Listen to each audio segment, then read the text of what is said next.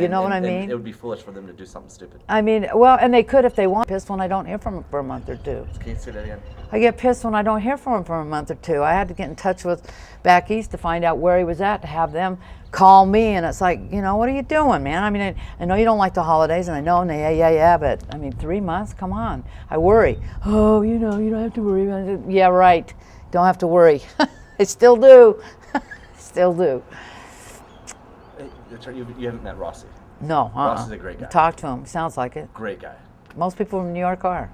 Well, I was just back there. My daughter ran in the New York Marathon, and I was back there. And we tried to hook up them, but there was no way, because we were there like one day and stayed overnight and had to get up and leave the next day. And it was like, oh no, too much. It made me miss the hell out of the city, though. Made me cry. Cried 2 or 3 times. Did you live in New York? Oh yeah, 5 years. 5 years. Where? I was a working girl. I was a hooker. Where? I'm right in Manhattan.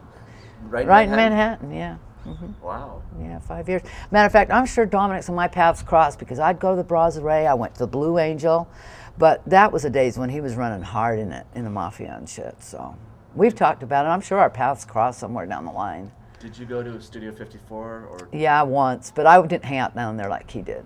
You know, I wasn't that I could, you know what I mean, get in like, you know what I mean, get in like that. And no, I didn't. I mean, I'd been in there, but not. I was around when the Blue Angel burned down. And you know, he knows about that. You're obviously from the East Coast. No, I'm from Salt Lake City, Utah. Salt Lake City, Utah. I left Salt Lake City, Utah to go to Manhattan, New York, because I couldn't take it anymore. And I became a working girl. That's why we have a lot in common, Dominick and I. You know, we think, you know what I'm saying? He liked the working girls too. That's awesome. Oh, he loved the working girls. You got to be half hip, you know. You got to be hip to like somebody in the Mafia.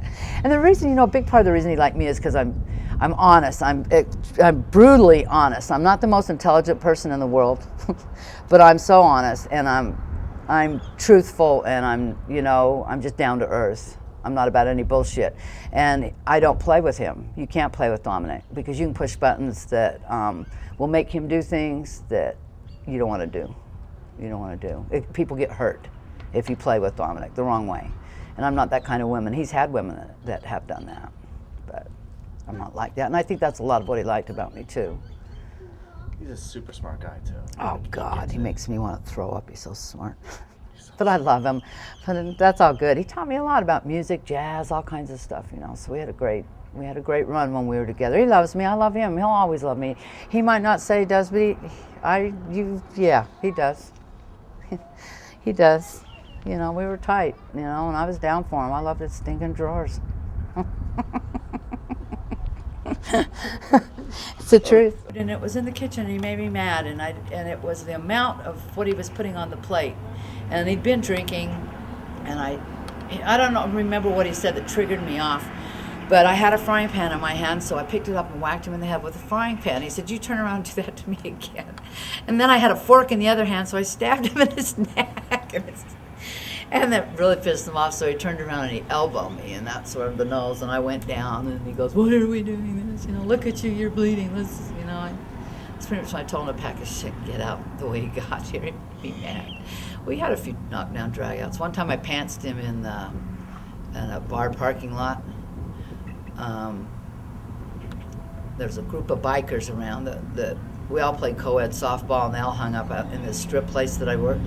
I didn't dance, but I was a cocktail waitress there. And I don't remember what he did that pissed me off. I think he was starting to have an affair with some girl. And I just saw red. I saw him walking out of that place. I went running after him, and I lunged for him, and I grabbed him, and I caught his softball pants and pantsed him right in the parking lot with all these bikers around.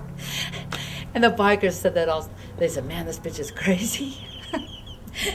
I scared the bikers. You'll have to ask Dominick about it. He'll tell you about it.